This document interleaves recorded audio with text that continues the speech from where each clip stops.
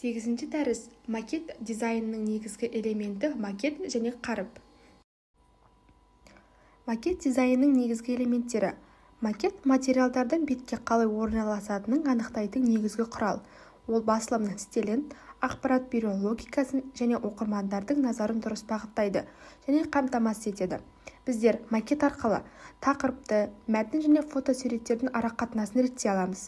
Маңызды материалдарды көзге бірден түсетін етіп орналастырамыз. Бетке визуалды тепе-теңдікті қалыптастырамыз. Газеттің бет номері әр бетке ыңғайлы бір стильде шығарылатынын қалыптастырамыз. Қаріп. Мәтіннің оқылу сапасын және газеттің жалпы стилін қалыптастыратын маңызды элемент.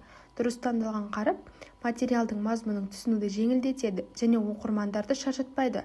Қаріптің негізгі рөлі тақырыптар, аралық айдарлар және негізгі мәтін әртүрлі қаріптермен ерекшеленеді. Қаріп өлшемі ақпараттың маңыздылығын көрсетеді. Газеттің фирмалық стилін сақтауға көмектеседі.